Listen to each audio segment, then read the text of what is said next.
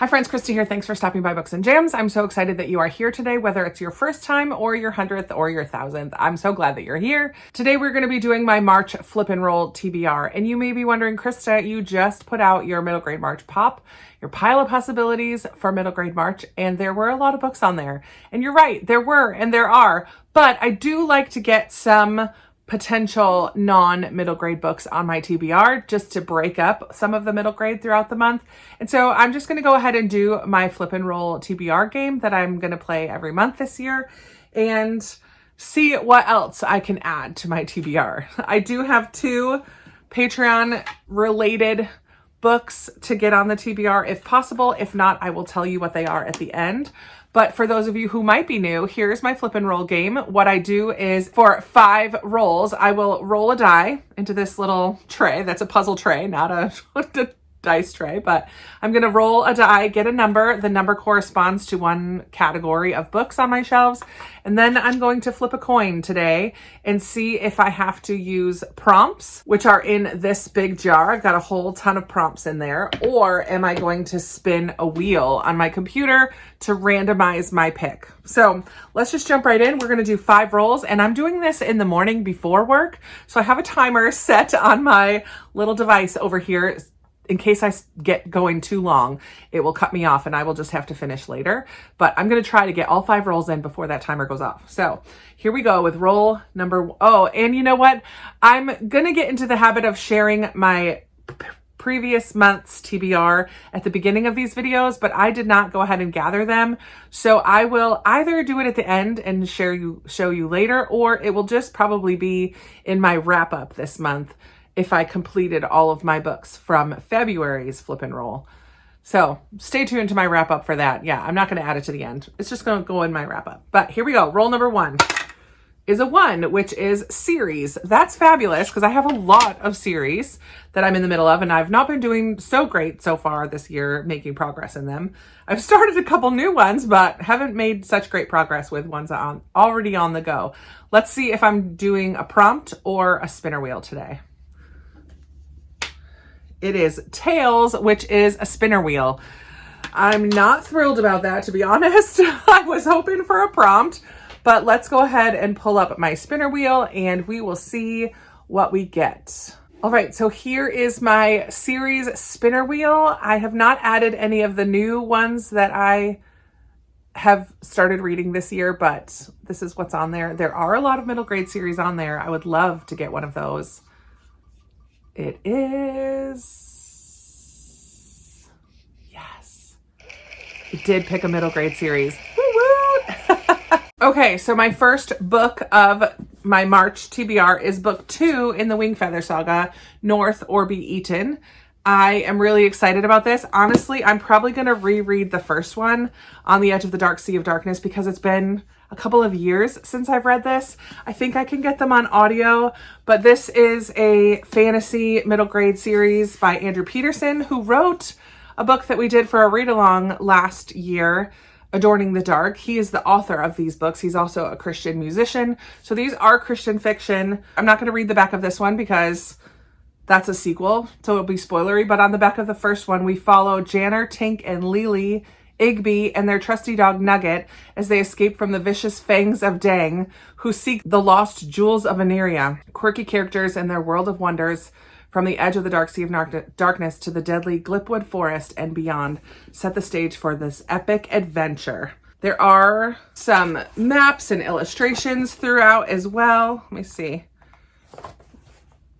So I'm really excited to get back to this series. There are only 4 in this series. I mean, how fun would it be if I just binged through all of them?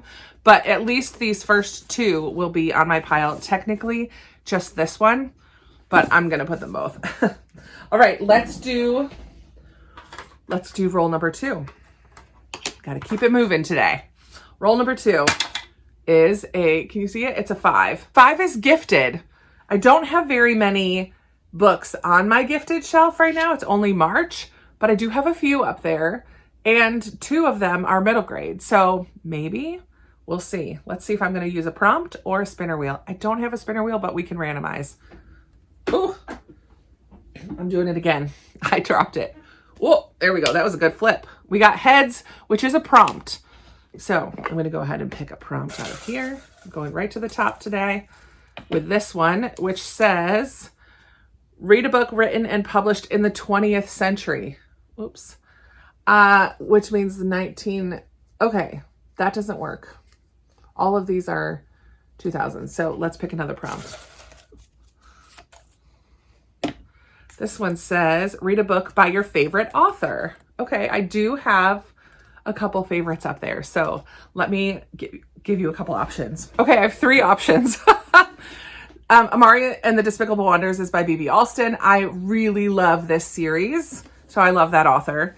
Jasmine Warga is one of my favorite middle grade authors. I have loved everything I've read from her, and this one is A Strange Thing Happened in Cherry Hall. It's her most recent. It's really little. It's a middle grade. It would be a great choice. And then a newer favorite author is Janice Hallett, and this is the Twyford Code, which deals with children's literature.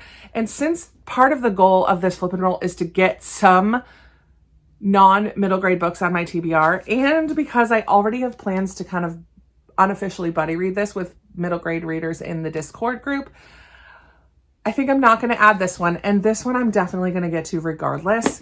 So I'm going to go ahead and put the Twyford Code on my actual TBR. This is told in mixed media, texts, emails, audio files, and it's about an English teacher who was convinced that there was a message in secret code through all of this, Twyford, the author, through all of his novels. So she takes a class on a field trip and disappears. So now one of her former students is going to try to figure out the code and see if he can figure out what happened to his previous teacher. So I'm into it. I love Janice Hallett. Already The Appeal is one of my favorites of the year. So I'm excited to add the Twyford Code. And these will probably get read, but I don't need to add them right now. Okay, roll number 3 is a 2, which is from my recommendations cart. And this year I did not add middle grade as an option for my recommendations cart, but I'm glad to get one of these books on the pile for March. So let's see if we're going to use a spinner or bowl of prompts. Ooh, that was a really good flip too. Heads, which is prompts. Sweet. I have a little bit of pull, a little bit of say. Let's go ahead and just pick one. This says, read a book that involves a body of water. I love that because I did not do the February prompt for buzzword, which was a water word. So this will help me to get that buzzword prompt. So ocean, river, lake, etc. And I know that I have a ton on here. So let me see if I can find one now. Oh, you know what? I'm just going to pick the first one I see because we're trying to go kind of quick this morning too. And it's Sarah Addison Allen. I read one of hers in January, and she's an author I want to read to zero. And this is her last novel I need to read. I believe there's some short stories possibly, but this is the last novel that I need to read, and it's Lost Lake, lake being the water word. I'm really excited. I honestly don't know what this is about. The first time Abby saw Lost Lake, it was on a picture postcard. Just an old photo and a few words on a small square of heavy stalk. But when she saw it, she knew she was seeing her future. That was half a life ago. Now, Lost Lake is about to slip into Abby's past. Her husband, George, is long past. Most of her demanding extended family are gone. All that's left is a once charming collection of lakeside cabins succumbing to the southern Georgia heat and damp, and an assortment of faithful misfits drawn back to Lost Lake year after year by their own unspoken dreams and desires. It's not quite enough to keep Abby from calling this her final summer at the lake and relinquishing Lost Lake to a developer with cash in hand, until one last chance at family knocks on her door. Okay, I'm going to stop there. So we have a little bit of an elderly protagonist, a collection of quirky characters, and kind of this nostalgia of this place that they once loved that's now a little bit run down and potentially being sold off. I'm here for that. It sounds perfect for spring, and I'm really excited to get another Sarah Addison Allen book on my TBR and get her closer to zero, reading all of her works. Roll number 4 is 4, perfect, which is book of the month. I'm not excited about that either, to be honest. All right, let's see. Regardless, we'll put one on there. Hopefully I'll get to it. I do want to read all my book of the month books, so let's see if we're going to do a spinner or prompts for book of the month. Ooh, I'm doing good flips today. Heads again, which is prompts again.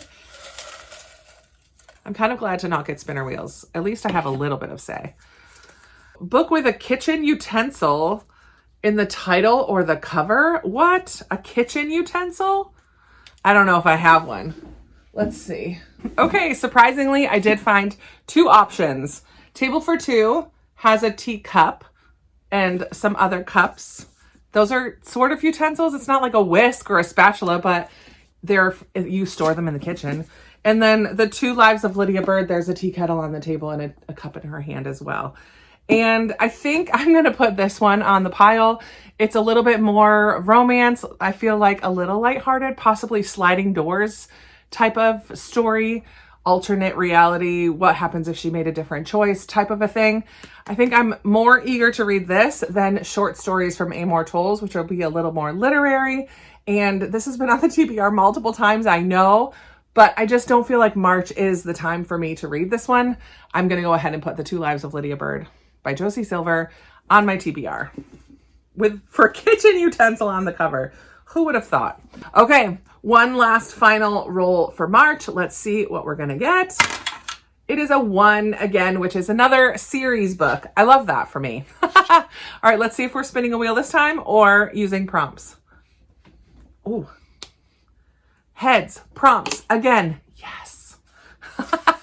I'm excited about that. All right, I'm going to dive down to the bottom this time. Let's see if I can get underneath these. All right, I got one here. It says, all of these prompts were given to me by my patrons. Okay, sweet. Read a book with an animal on the cover. Do you see that? Read a book with an animal on the cover. Okay, I only looked at the books that were recommended to me this year, so technically these should be on my recommendations cart as well. But I do have a lot of middle grade series. I know I could have picked one of those, but again, the purpose is to try to get a handful of non-middle grade books on the TBR. Okay, the first one I picked is actually a sequel, and I've not read book 1, but there is a dog on the Happy Ever playlist by Abby Jimenez. I'm just not going to pick this one because it follows the Friend Zone. They're companion novels. I could technically read this, but I want to do it in order. So I'm not going to pick this one. The other two I picked are both mysteries, and I also put The Twyford Code, which is a mystery. But we have The Magpie Murders, which has a bird on it by Anthony Horowitz, and we have The Bullet That Missed, which is book 3 in the Thursday Murder Club, and there's a fox on there. So these are options. Oh, what do I do? What do I do? What do I do? Okay, I'm going to go ahead and put The Bullet That Missed on there. This Magpie Murders starts another series, and while I do really want to read it, I also want to make progress in the series I've already started, and that's what this one will do. This is book 3. There are 5, I think, out, or 4. I can't remember, but this is by Richard Osman. We follow a group of elderly people at a retirement home who are solving crimes, basically. I've really, really enjoyed the first 2 books in the series, and so why not put book 3 on the pile? I love this group of characters, and I like getting to know them better and better with each book. So I think this will be fine. I'm pretty positive I can find it on audio, and it'll be a nice break from some of the middle grade. So this is my pile, my 5 books from Flip and Roll. One of them was middle grade, so that's great. Even the one that was a spinner was a middle grade. That's funny. So we've got a book in a series that the spinner wheel picked. And so it's the second book in the Wingfeather saga. I probably will read book 1 as well, but that's North or Be Eaten. Then we had a gifted book that was by a favorite author, and so I chose The Twyford Code by Janice Hallett. Then we had a recommendations book with a water word in the cover, so I chose Lost Lake by Sarah Addison Allen. Then we had a book of the month that had a kitchen utensil on the cover, so I chose The Two Lives of Lydia Bird by Josie Silver. And then we had a book in a series that has an animal on the cover, and I chose The Bullet That Missed by Richard Osman. So those are my 5 Flip and Roll books. We'll see if I can get to those, as well as all of the middle grade that I will be reading in the month of March. I just love playing my game, and I didn't want to skip a month of reading it. I do have the 2 books I said I would talk about at the end if they didn't get onto the TBR are my Patreon books for the month. So our book club in Patreon is going to be reading Prairie Lotus by Linda Sue Park this year. I'm really excited about this. It is going to be reminiscent of Little House on the Prairie, but with a Chinese American girl as the main character. I'm really excited about that. She wants to be a dressmaker, but she receives a lot of pushback from people in the community who are just unfamiliar with seeing a lot of Asian people around. And so there's a little bit of struggle there, but I think that it's going to be really good. I'm hopeful. I have enjoyed Linda Sue Park. She has 3 names, so that's one of our middle grade March prompts. There are also flowers on the cover, which is also one of our prompts for the year. And when was this one written? 2020. Okay. So this is not in 1900s. This was written in 2020. So this is a newer book of hers. So I'm really excited. I think that this is going to be a good read. And this is my Patreon book club book for the month of March. And then my Patreon, some of my Patreon members get to recommend a book to me and I pick one out every month. The book that I chose for March is The Letter Tree by Rachel Fordham, which is fantastic. I did not roll Christian fiction this time. And one of my goals for the year is to read more Christian fiction. This is one that was recommended to me early on in the year. And I'm really excited to read it. I know Keisha from A Book Like You has absolutely loved this, as well as many others, but she's the one that I remember the most talking about this book. It's historical fiction, which is great because there's no historical on my pile. This one takes place in the 1920s in Buffalo, New York. It's going to be a love story. It's going to be some heartbreak. I've been told to have the tissues ready. We follow these 2 people, Laura and Isaac. Laura's family is going to try to marry her off to somebody else, but I think she already loves Isaac. Isaac is exchanging letters with somebody he doesn't know who it is through this tree in the Buffalo Zoo. I don't know if there's like a little nook or a notch in the tree. I'm not really sure. I'm excited to read this. It sounds like kind of feuding families type of a thing, and this love story in the midst of all of that. And it's going to be a tearjerker. So I'm here for it. Buffalo in 1920s. I don't know if I've read anything set at that time period before. So there we have it. Those are all of my flip and roll and a little bit extra books that I'm going to be reading in the month of March. I would love to hear, what are you so excited to read next month? If it's middle grade or not, even if it's not middle grade, that's totally fine too. I would love to hear what you're looking forward to reading the most in March. And that's going to be it for me today. I did it. My alarm has not gone off. I still have time to go grab something for breakfast. Yay! Thank you so much for watching. If you have made it to the end and you don't have anything to add in the comments, but you want to let me know that you are here, go ahead and put a little tree or a letter. There's those emojis, so you can put one of those in the comments down below just to let me know you were here. I appreciate that so much. It helps my channel when you interact in any form. So I appreciate you all for being here, watching, commenting, all of the things. So let's chat down in the comments, and I look forward to chatting with you in another video very soon. Bye.